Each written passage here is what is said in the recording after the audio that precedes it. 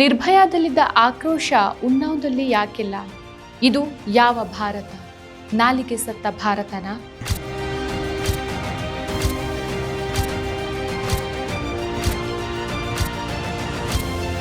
ನ್ಯಾಯ ಬೇಕು, ಸುರಕ್ಷತೆ ಬೇಕು ಅಂತ ಕೂಗಾಡಿದ್ರು. ಅತ್ಯಾಚಾರಿ ಪೆರೋಲ್ ಮೇಲೆ ಹೊರಗೆ ಬಂದು ತಾನು ಏನೂ ಮಾಡಿಲ್ಲ ಅನ್ನುವಂತೆ ಸ್ವತಂತ್ರವಾಗಿ ಹಾರಾಡ್ತಿದ್ದಾನೆ. ನಮಸ್ಕಾರ, ಈ ದಿನಕ್ಕೆ ಸ್ವಾಗತ. ನಾನು GM ಪವಿತ್ರ. ಭಾರತದ ರಸ್ತೆಗಳು, ನಗರಗಳು ಮತ್ತು ಗ್ರಾಮಗಳು ಯಾವಾಗಲೂ ಅನ್ಯಾಯದ ವಿರುದ್ಧದ ಪ್ರತಿಭಟನೆಗಳಿಗೆ ಸಾಕ್ಷಿಯಾಗಿದೆ. 2012ರ ಡಿಸೆಂಬರ್ನಲ್ಲಿ ದೆಹಲಿಯ ಒಂದು ಬಸ್ ಪ್ರಯಾಣದಲ್ಲಿ ನಡೆದಂಥ ನಿರ್ಭಯ ಸಾಮೂಹಿಕ ಅತ್ಯಾಚಾರ ಪ್ರಕರಣವನ್ನ ನಾವೀಗ ನೆನಪು ಮಾಡಿಕೊಳ್ಳುವಂಥ ಸಮಯ. ಅದು ಕೇವಲ ಒಂದು ಘಟನೆಯಾಗಿ ಉಳಿದಿಲ್ಲ, ಬದಲಿಗೆ ಅದೊಂದು ದೇಶದ ಆತ್ಮವನ್ನ ಜಾಗೃತಗೊಳಿಸಿದಂಥ ಪ್ರಕರಣವಾಗಿತ್ತು. ರಸ್ತೆಗಳು ಕೋಪದಲ್ಲೇ ನಡುಗಿ ಹೋಗಿದ್ವು. ಯುವಕರು, ಮಹಿಳೆಯರು, ವೃದ್ಧರು, ವಿದ್ಯಾರ್ಥಿಗಳು ಎಲ್ಲರೂ ಬೀದಿಗಿಳಿದು ನ್ಯಾಯ ಬೇಕು, ಸುರಕ್ಷತೆ ಬೇಕು ಅಂತ ಕೂಗಾಡಿದ್ರು. ಕ್ಯಾಂಡಲ್ಸ್ಗಳನ್ನ ಹಚ್ಚಿ, ಪ್ಲೇ ಕಾರ್ಡ್ಸ್ಗಳನ್ನ ಎತ್ತಿ ಹಿಡಿದು ರಾತ್ರಿಯವರೆಗೂ ಪ್ರತಿಭಟನೆಗಳನ್ನ ಮಾಡಿದ್ವು. ಅದೇ ಭಾರತನ ಇದು ಅನ್ನೋ ಅನುಮಾನ ಈಗ ಹುಟ್ಟುವಂತೆ ಮಾಡಿದೆ ಒಂದು ಘಟನೆ. ಆಗ ಆ ಕ್ರೋಧದ ರೋಷಾಗ್ನಿಯಲ್ಲಿ ಸರ್ಕಾರಗಳು ಬೆಂದು ಹೋಗಿತ್ತು, ಕಾನೂನುಗಳು ಬದಲಾಯಿಸಲ್ಪಟ್ಟವು, ಅಪರಾಧಿಗಳಿಗೆ ಶಿಕ್ಷೆ ಘೋಷಣೆಯಾಯಿತು. ಆದರೆ ಇಂದು ಏನಾಗಿದೆ? 2017ರಲ್ಲಿ ಉತ್ತರ ಪ್ರದೇಶದ ಉನ್ನಾವ್ನಲ್ಲಿ ನಡೆದಂತ ಕುಲ್ದೀಪ್ ಸೆಂಗಾರ್ ನಡೆಸಿದಂತ ಅತ್ಯಾಚಾರ ಪ್ರಕರಣ ಈ ಎಲ್ಲಾ ಪ್ರಶ್ನೆಗಳನ್ನ ಕೇಳುವಂತೆ ಮಾಡಿದೆ. ಆ ಸಾತ್ವಿಕ ಆಕ್ರೋಶ ಈಗ ಎಲ್ಲಿ ಹೋಗಿದೆ? ಆ ಪ್ರವಾಹದಂಥ ಕೋಪ ಎಲ್ಲಿ ಅಡಗು ಹೋಗಿದೆ? ಉನ್ನಾವ್ ಸಂತ್ರಸ್ತೆ ಒಬ್ಬ ಸಾಮಾನ್ಯ ಯುವತಿ, ರಾಜಕಾರಣಿಯ ದೌರ್ಜನ್ಯಕ್ಕೆ ಒಳಗಾಗಿ ಇಂದಿಗೂ ನ್ಯಾಯಕ್ಕಾಗಿ ಹೋರಾಡ್ತಿದ್ದಾಳೆ. ಆಕೆಯ ತಾಯಿ, ಆಕೆಯ ಕುಟುಂಬ ಎಲ್ಲರೂ ಬೀದಿ ಬೀದಿ ಅಲ್ದಾಡ್ತಿದ್ದಾರೆ. ಪ್ರತಿಪಕ್ಷಗಳ ಮನೆ ಬಾಗಿಲಲ್ಲಿ ನಿಂತು ನ್ಯಾಯಾಲಯಗಳಲ್ಲಿ ಕಣ್ಣೀರು ಹಾಕಿ ಸರ್ಕಾರದಿಂದ ದೂರವಾಗಿದ್ದಾರೆ.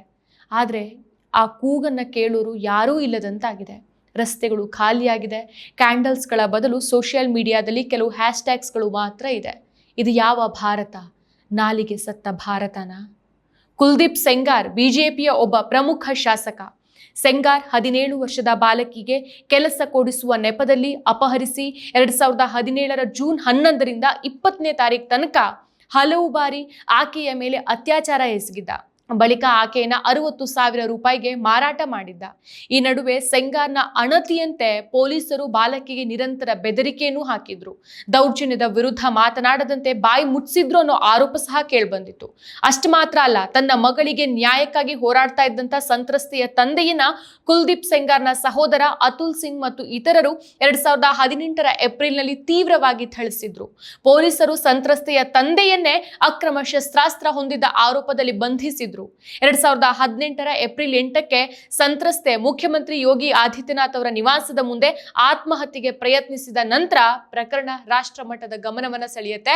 ಇದಾದ ಮರುದಿನ ಸಂತ್ರಸ್ತೆಯ ತಂದೆ ಪೊಲೀಸ್ ಕಸ್ಟಡಿಯಲ್ಲಿದ್ದಾಗಲೇ ಗಂಭೀರ ಗಾಯಗಳಿಂದ ಮೃತಪಡ್ತಾರೆ. ಕೊನೆಗೆ ನ್ಯಾಯಾಲಯ ಸೆಂಗಾರ್ಗೆ ಶಿಕ್ಷೆ ವಿಧಿಸೋ ಮೊದಲು, ಅಂದ್ರೆ ನಂಬರ್ ಪ್ಲೇಟ್ ಇಲ್ಲದಂತ ಒಂದು ಲಾರಿ ಸಂತ್ರಸ್ತೆ ಪ್ರಯಾಣಿಸ್ತಾ ಇದ್ದಂಥ ಕಾರಿಗೆ ಡಿಕ್ಕಿ ಹೊಡೆಯುತ್ತೆ. ಈ ಘಟನೆಯಲ್ಲಿ ಸಂತ್ರಸ್ತೆ ಮತ್ತು ಆಕೆಯ ವಕೀಲರು ಗಂಭೀರವಾಗಿ ಗಾಯಗೊಂಡಿದ್ರು. ಆಕೆಯ 2 ಚಿಕ್ಕಮ್ಮಂದಿರು ಸಾವನ್ನಪ್ಪಿದ್ರು. ಈ ಸಂಬಂಧ ಸೆಂಗಾರ್ ವಿರುದ್ಧ ಪ್ರತ್ಯೇಕ ಪ್ರಕರಣ ದಾಖಲಾಯಿತು. ಆದರೆ ಡಿಸೆಂಬರ್ 2021ರಲ್ಲಿ ಅಪಘಾತವನ್ನ ಸೆಂಗಾರ್ ಅವರೇ ಆಯೋಜಿಸಿದ್ದಾರೆ ಅನ್ನೋದಕ್ಕೆ ಯಾವುದೇ ಪ್ರಾಥಮಿಕ ಪುರಾವೆಗಳು ದೊರೆಯದ ಕಾರಣ ದೆಹಲಿ ನ್ಯಾಯಾಲಯ ಇವರನ್ನ ಈ ಪ್ರಕರಣದಿಂದ ಬಿಡುಗಡೆ ಮಾಡುತ್ತೆ. ಸೊ ಇವೆಲ್ಲವೂ ಮುಗಿದ ಮೇಲೆ ಸುಪ್ರೀಂ ಕೋರ್ಟ್ ತೀರ್ಪನ್ನ ನೀಡಿ ಸೆಂಗಾರ್ಗೆ ಜೀವಾವಧಿ ಶಿಕ್ಷೆಯನ್ನೂ ಕೊಟ್ಟಿದೆ. ಆದರೆ ನ್ಯಾಯದ ಪಯಣ ಇನ್ನೂ ಮುಗಿದಿಲ್ಲ. ಸಂತ್ರಸ್ತೆಯ ಕುಟುಂಬ ಇನ್ನೂ ಭಯದಲ್ಲಿ ಬದುಕ್ತಾ ಇದೆ. ಆಕೆಯ ತಾಯಿ ಪ್ರತಿಪಕ್ಷಗಳ ಬಾಗಿಲಲ್ಲಿ ನಿಂತು ನಮಗೆ ಸುರಕ್ಷತೆಯನ್ನ ಕೊಡಿ, ನ್ಯಾಯವನ್ನ ತಂದ್ಕೊಡಿ ಅಂತ ಬೇಡ್ತಿದ್ದಾಳೆ. ಯಾಕೆ ಗೊತ್ತಾ? ಕುಲ್ದೀಪ್ ಸಿಂಗ್ ಸೆಂಗಾರ್ಗೆ ದೆಹಲಿ ಹೈಕೋರ್ಟ್ ಡಿಸೆಂಬರ್ 23ಕ್ಕೆ ಜಾಮೀನನ್ನ ಮಂಜೂರು ಮಾಡಿದೆ.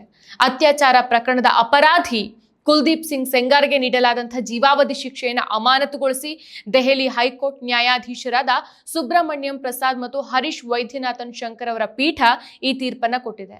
ಆ ತಾಯಿ ಹಾಗೂ ಸಂತ್ರಸ್ತೆಯ ಕೂಗು ಈಗ ಗಾಳಿಯಲ್ಲೇ ಕರಗಿ ಹೋಗ್ತಾ ಇದೆ. ನಿರ್ಭಯ ಪ್ರಕರಣದ ನಂತರ ಭಾರತದಲ್ಲಿ ಅನೇಕ ಅತ್ಯಾಚಾರ ಪ್ರಕರಣಗಳು ನಡೆದಿದೆ. ಸ್ವಯಂ ಘೋಷಿತ ದೇವ ಮಾನವನಾದಂಥ ಆಸಾರಾಮ್ ಬಾಪುಗೆ ಸೇರಿದಂಥ ಆಶ್ರಮದಲ್ಲಿ ಸೂರತ್ ಮೂಲದ ಮಹಿಳೆ ವಾಸವಿದ್ಲು. 2001ರಿಂದ 2006ರವರೆಗೆ ಅಕ್ರಮವಾಗಿ ಬಂಧನದಲ್ಲಿ ಇರಿಸಿಕೊಂಡು ಈತ ಅತ್ಯಾಚಾರ ಎಸಗಿದ್ದ ಅಂತ 2013ರಲ್ಲಿ ಅಹಮದಾಬಾದ್ನ ಚಂದ್ರಖೇಡ ಠಾಣೆಗೆ ಸಂತ್ರಸ್ತೆ ದೂರನ್ನ ಕೊಟ್ಟಿದ್ರು. ವಿಚಾರಣೆ 2014ರಲ್ಲಿ ಶುರುವಾಗಿ 4 ವರ್ಷಗಳ ಕಾಲ ನಡೆಯುತ್ತೆ. ವಿಚಾರಣೆಯ ಅವಧಿಯಲ್ಲಿ 9 ಸಾಕ್ಷಿಗಳ ಮೇಲೆ ದಾಳಿ ನಡೆದು ಅದರಲ್ಲಿ ಪ್ರಕರಣದಲ್ಲಿ 3 ಸಾಕ್ಷಿಗಳು ಹತರಾಗಿದ್ರು. ಅಸರಾಂ ಬಾಪುಗೆ ಗುಜರಾತ್ನ ಗಾಂಧಿನಗರದಲ್ಲಿರುವಂತಹ ಕೋರ್ಟ್ 2018 ಏಪ್ರಿಲ್ನಲ್ಲಿ ಜೀವಾವಧಿ ಶಿಕ್ಷೆಯನ್ನು ವಿಧಿಸುತ್ತೆ. ಕೊನೆಗೆ 2022ರಲ್ಲಿ ತಮ್ಮ ಶಿಕ್ಷೆಯನ್ನು ಅಮಾನತುಗೊಳಿಸುವಂತೆ ಈತ ಹೈಕೋರ್ಟ್ಗೆ ಮನವಿಯನ್ನು ಸಲ್ಲಿಸಿದ್ದ. ಅದು ತಿರಸ್ಕೃತ ಆಗತ್ತೆ. ಆದ್ರೆ ಈ ಸ್ವಯಂ ಘೋಷಿತ ಮಾನವನಿಗೆ ರಾಜಸ್ಥಾನ್ ಹೈಕೋರ್ಟ್ ಇದೇ ವರ್ಷ ಮಧ್ಯಂತರ ಜಾಮೀನನ್ನ ಮಂಜೂರು ಮಾಡಿದೆ.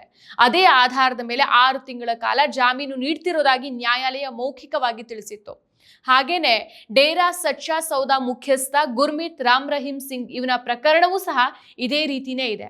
ಸಿರ್ಸಾದ ಡೇರಾ ಸಚ್ಚಾ ಸೌದಾ ಆಶ್ರಮದಲ್ಲಿ ಮಹಿಳಾ ಅನುಯಾಯಿಗಳ ಮೇಲೆ ಲೈಂಗಿಕ ಶೋಷಣೆ ನಡೀತಾ ಇದೆ ಅಂತ ಆರೋಪಿಸಿ ಅನಾಮಿಕ ಪತ್ರವೊಂದು ಪಂಜಾಬ್ ಮತ್ತು ಹರಿಯಾಣ ಹೈಕೋರ್ಟ್ಗೆ ತಲುಪುತ್ತೆ. ಪತ್ರದಲ್ಲಿ ಮಾಡಲಾದ ಆರೋಪಗಳ ಕುರಿತು ತನಿಖೆ ನಡೆಸುವಂತೆ ಸಿರ್ಸಾ ಜಿಲ್ಲಾಡಳಿತ ಮತ್ತು ಸೆಷನ್ಸ್ ನ್ಯಾಯಾಧೀಶರಿಗೆ ಹೈಕೋರ್ಟ್ ಸೂಚನೆ ಕೊಡುತ್ತೆ. ಲೈಂಗಿಕ ಶೋಷಣೆಗಳು ನಡೆದಿರುವಂತಹ ಸಾಧ್ಯತೆ ಇದೆ ಅಂತ ಜಿಲ್ಲಾ ನ್ಯಾಯಾಲಯ ವರದಿ ಸಲ್ಲಿಸಿದ ಹಿನ್ನೆಲೆಯಲ್ಲಿ ಸಿಬಿಐ ತನಿಖೆಗೆ ಹೈಕೋರ್ಟ್ ಆದೇಶ ಕೊಡುತ್ತೆ. ಸಿರ್ಸಾದಲ್ಲಿ ಪ್ರಧಾನ ಕೇಂದ್ರ ಹೊಂದಿರುವಂತಹ ಡೇರಾ ಸಚ್ಚಾ ಸೌದಾ ಮುಖ್ಯಸ್ಥ ಗುರ್ಮೀತ್ ರಾಮ್ ರಹೀಂ ಸಿಂಗ್ ವಿರುದ್ಧ ಸಿಬಿಐ ಅತ್ಯಾಚಾರ ಹಾಗೂ ಕ್ರಿಮಿನಲ್ ಬೆದರಿಕೆ ಪ್ರಕರಣಗಳನ್ನು ದಾಖಲಿಸಿಕೊಳ್ಳುತ್ತೆ. ಡೇರಾ ಮುಖ್ಯಸ್ಥನ ವಿರುದ್ಧ ಅಂಬಾಲಾ ಕೋರ್ಟ್ನಲ್ಲಿ ಆರೋಪ ಪಟ್ಟಿ ಸಲ್ಲಿಸಿತ್ತು ಸಿಬಿಐ. ಇಬ್ಬರು ಸಾಧ್ವಿಗಳ ಮೇಲೆ 1999ರಿಂದ 2001 ನಡುವೆ ಲೈಂಗಿಕ ಶೋಷಣೆ ನಡೆದಿದೆ ಅಂತ ಆರೋಪ ಪಟ್ಟಿಯಲ್ಲಿ ಉಲ್ಲೇಖಿಸಲಾಗುತ್ತೆ. ಇಬ್ಬರು ದೂರುದಾರರು ಕೋರ್ಟಿನ ಮುಂದೆ ಹಾಜರಾಗಿ ಹೇಳಿಕೆಯನ್ನು ಕೊಡ್ತಾರೆ. ಕೊನೆಗೆ ಗುರ್ಮೀತ್ ಸಿಂಗ್ ದೋಷಿ ಅಂತ ಒಟ್ಟು 20 ವರ್ಷ ಜೈಲು ಶಿಕ್ಷೆಯನ್ನು ಸಿಬಿಐ ವಿಶೇಷ ನ್ಯಾಯಾಲಯ ಪ್ರಕಟಿಸುತ್ತೆ. ನಂತರ ಪತ್ರಕರ್ತ ರಾಮಚಂದರ್ ಛತ್ರಪತಿ 2002ರಲ್ಲಿ ಡೇರಾ ಮ್ಯಾನೇಜರ್ ರಂಜಿತ್ ಸಿಂಗ್ ಅವರ ಹತ್ಯೆ ಸೇರಿದಂತೆ 2 ಕೊಲೆ ಪ್ರಕರಣಗಳಲ್ಲಿ ಜೀವಾವಧಿ ಶಿಕ್ಷೆಯನ್ನು ವಿಧಿಸಲಾಗುತ್ತೆ. 2021ರಲ್ಲಿ ಡೇರಾ ಮ್ಯಾನೇಜರ್ ಆಗಿದ್ದಂತಹ ರಂಜಿತ್ ಸಿಂಗ್ ನನ್ನ ಕೊಲ್ಲೋಕೆ ಸಂಚು ರೂಪಿಸಿದ್ದಕ್ಕಾಗಿ ರಾಮ್ ರಹೀಂ ಅಪರಾಧಿಯಾಗಿದ್ದಾನೆ. 16 ವರ್ಷಗಳ ಹಿಂದೆ ಪತ್ರಕರ್ತನ ಹತ್ಯೆಗೆ 2019ರಲ್ಲಿ ಡೇರಾ ಮುಖ್ಯಸ್ಥ ಮತ್ತು ಇತರ 3 ಶಿಕ್ಷೆ ವಿಧಿಸಲಾಯಿತು. ರಾಮ್ ರಹೀಂ ಅತ್ಯಾಚಾರ ಪ್ರಕರಣದಲ್ಲಿ 20 ವರ್ಷಗಳ ಶಿಕ್ಷೆಯಾಗಿದ್ರೂ ಸಹ ಆಗಾಗ ಪೆರೋಲ್ ಪಡಿತಿದ್ದಾನೆ. ಇದು ರಾಜಕೀಯ ಪ್ರಭಾವ ಅಲ್ಲದೆ ಇನ್ನೇನಾಗೋಕ್ ಸಾಧ್ಯ? ಪಂಜಾಬ್, ಹರಿಯಾಣ, ಹಿಮಾಚಲ್ ಪ್ರದೇಶ್, ಉತ್ತರ ಪ್ರದೇಶದಲ್ಲಿ ಸಿಕ್ಕಾಪಟ್ಟೆ ಅನುಯಾಯಿಗಳನ್ನ ಹೊಂದಿರುವಂತಹ ಕಾರಣಕ್ಕೆ ಎಲ್ಲೇ ಚುನಾವಣೆ ನಡೆದ್ರೂ ಮೊದಲು ಈ ಅತ್ಯಾಚಾರಿಗೆ ಪೆರೋಲ್ ಸಿಗೋದು ದುರಾದೃಷ್ಟ.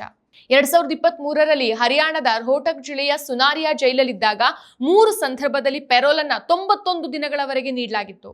ನವೆಂಬರ್ನಲ್ಲಿ 21 ದಿನ, ಜುಲೈನಲ್ಲಿ 30 ದಿನ ಮತ್ತು ಜನವರಿಯಲ್ಲಿ 40 ದಿನಗಳ ಪೆರೋಲ್ ಅನ್ನ ಕೊಟ್ಟಿದ್ರು ಇವನಿಗೆ.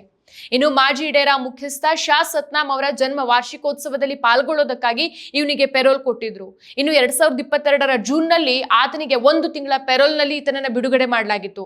ಫೆಬ್ರವರಿಯಲ್ಲಿ ಪಂಜಾಬ್ ಚುನಾವಣೆಗೆ ಪೂರ್ವಭಾವಿಯಾಗಿ ಈತನಿಗೆ 21 ದಿನಗಳ ಪೆರೋಲ್ ಕೊಟ್ಟಿದ್ರು. ನವೆಂಬರ್ನಲ್ಲಿ 40 ದಿನಗಳ ಪೆರೋಲ್ ಅನ್ನ ಕೊಡಲಾಗಿತ್ತು. ಈ ಸ್ವಯಂ ಘೋಷಿತ ದೇವಮಾನವನನ್ನ ಭೇಟಿ ಮಾಡೋಕೆ ಹಲವು ರಾಜಕೀಯ ಮುಖಂಡರು ಸಾಲ್ಗಟ್ಟಿ ನಿಂತಿದ್ರು. ಅದರಲ್ಲೂ ಪ್ರಮುಖವಾಗಿ ಬಿಜೆಪಿಯ ಹಲವಾರು ನಾಯಕರು ಸೇರಿದಂತೆ ಅನೇಕ ರಾಜಕಾರಣಿಗಳು ರಾಮ್ ರಹೀಂ ಸಿಂಗ್ರ ಸತ್ಸಂಗ ಕಾರ್ಯಕ್ರಮದಲ್ಲಿ ಪಾಲ್ಗೊಂಡಿದ್ರು. ಇದೇ ವರ್ಷ ಜನವರಿಯಲ್ಲಿ 30 ದಿನಗಳ ಪೆರೋಲ್ ಮಂಜೂರಾಗಿದೆ ಮತ್ತು ಸಿರ್ಸಾ ಡೇರಾದಲ್ಲಿ ಉಳಿಯೋಕೆ ಈ ಅತ್ಯಾಚಾರಿಗೆ ಅವಕಾಶವನ್ನು ಕೊಡಲಾಗಿದೆ. ಕೊನೆಗೆ ಆಗಸ್ಟ್ನಲ್ಲಿ ಮತ್ತೊಮ್ಮೆ 40 ದಿನಗಳ ಪೆರೋಲ್ ಅನ್ನು ಕೊಡಲಾಯಿತು. ಸುನಾರಿಯಾ ಜೈಲಿನಿಂದ ಹೊರಬಂದು ಈತ ಸಿರ್ಸಾ ಡೇರಾದಲ್ಲಿ ಉಳಿದುಕೊಂಡಿದ್ದ. ಪ್ರತಿ ವರ್ಷ 3 ಅಥವಾ 3ಕ್ಕಿಂತ ಹೆಚ್ಚು ಬಾರಿ ಈ ಅತ್ಯಾಚಾರಿಗೆ ಪೆರೋಲ್ ಮೇಲೆ ಹೊರಗೆ ಬರುವಂತಹ ಅವಕಾಶ ಕೊಡ್ತಾ ಇದೆ ನ್ಯಾಯಾಲಯ. ತಾನು ಏನ್ ಮಾಡಿಯೇ ಇಲ್ಲ ಅನ್ನುವಂತೆ ಈತ ಸ್ವತಂತ್ರವಾಗಿ ಹಾರಾಡ್ತಿದ್ದಾನೆ. ಆದ್ರೆ ಇಂಥ ಅತ್ಯಾಚಾರಿಯನ್ನ ಪೋಷಿಸುವ, ಪೂಜಿಸುವ ಜನ ನಮ್ಮ ಸುತ್ತಮುತ್ತ ಇದ್ದಾರೆ. ಸಂತ್ರಸ್ತೆಯರು ನ್ಯಾಯಕ್ಕಾಗಿ ಬೀದಿಗಳಲ್ಲಿ ನಿಂತು ಕೂಗ್ತಿದ್ದಾರೆ. ಆದ್ರೆ ಆ ಕೂಗು ಕೇಳೋಕೆ ಯಾರೂ ಇಲ್ಲ. ಸರ್ಕಾರಗಳು ಇಲ್ಲ, ಪೊಲೀಸ್ ಇಲ್ಲ, ನ್ಯಾಯಾಲಯಗಳಿಲ್ಲ, ಯಾರೂ ಕೇಳೋದಿಲ್ಲ. ಯಾಕಂತಂದ್ರೆ ಅಲ್ಲಿ ಅಥವಾ ಇಲ್ಲಿ ಅಧಿಕಾರವೇ ಮೇಲಾಗೋಗ್ಬಿಟ್ಟಿದೆ. ನಿರ್ಭಯ ಕಾಲದಲ್ಲಿ ಇದ್ದಂತಹ ಕ್ರೋಧ ಎಲ್ಲಿ ಹೋಯ್ತು? ಈಗ ಆ ಆಕ್ರೋಶ ಬರೀ ಸಾಮಾಜಿಕ ಮಾಧ್ಯಮಗಳಲ್ಲಿ ಮಾತ್ರ ಸೀಮಿತ ಆಗಿದ್ಯಾ? ಭಿನ್ನ ಮತದ ಪ್ರತಿಭಟನೆಯು ತುಟ್ಟಿಯಾಗಿ ಹೋಗ್ತಾ ಇದೆ. ಯಾಕಂದ್ರೆ ಇಂದು ಪ್ರತಿಭಟನೆಯೆಲ್ಲ ದೇಶದ್ರೋಹ ಅಂತ ಕರೆದು ವಿಚಾರಣೆಗೆ ಅಥವಾ ತನಿಖೆನೇ ಇಲ್ದೇನೆ ವರ್ಷಾನ್ಗಟ್ಲೆ ಜೈಲಲ್ಲೇ ಕೊಳೆಯೋ ಹಾಗೆ ಮಾಡ್ತಾ ಇದೆ ನಮ್ಮದೇ ಸರ್ಕಾರ. ಪೊಲೀಸ್ ಲಾಠಿಗಳು, ಟಿಯರ್ ಗ್ಯಾಸ್ಗಳು, ಜೈಲ್ಗಳು ಇವೆಲ್ಲವೂ ಸಹ ಭಿನ್ನ ಮತವನ್ನ ತಡೆಯೋಕೆ ಸಿದ್ಧವಾಗಿ ನಿಂತಂತೆ ಕಾಣಿಸುತ್ತೆ. ಉನ್ನಾವ್ ಸಂತ್ರಸ್ತೆಯಂಥವರು ಒಂಟಿಯಾಗಿ ಹೋರಾಡ್ತಾರೆ.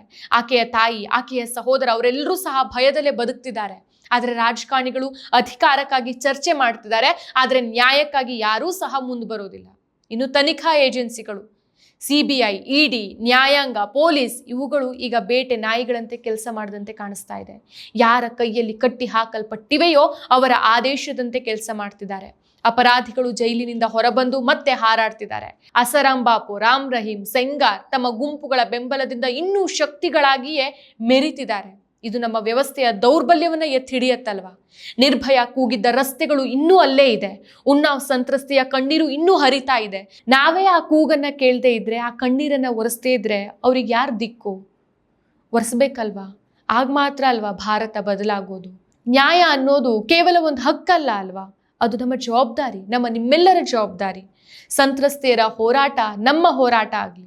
ರಸ್ತೆಗಳಲ್ಲಿ ಇಳಿಯೋಣ, ಕೂಗೋಣ, ಬದಲಾವಣೆ ತರೋಣ, ಅನ್ಯಾಯಕ್ಕೆ ಒಳಗಾದವರಿಗೆ ನ್ಯಾಯ ಒದಗಿಸೋಣ. ಅದೇ ನಿಜವಾದ ಭಾರತ, ನ್ಯಾಯದ ಭಾರತ. ಮತ್ತಷ್ಟು ವಿಶೇಷ ವಿಡಿಯೋಗಳನ್ನು ನೋಡಲು ಮತ್ತು ಹೊಸ ವಿಡಿಯೋಗಳ ಬಗ್ಗೆ ತಿಳಿಯಲು ಈ ದಿನ .com ಯೂಟ್ಯೂಬ್ ಚಾನೆಲ್ ಸಬ್ಸ್ಕ್ರೈಬ್ ಮಾಡಿ ಮತ್ತು ಬೆಲ್ ಐಕಾನ್ ಕ್ಲಿಕ್ ಮಾಡಿ.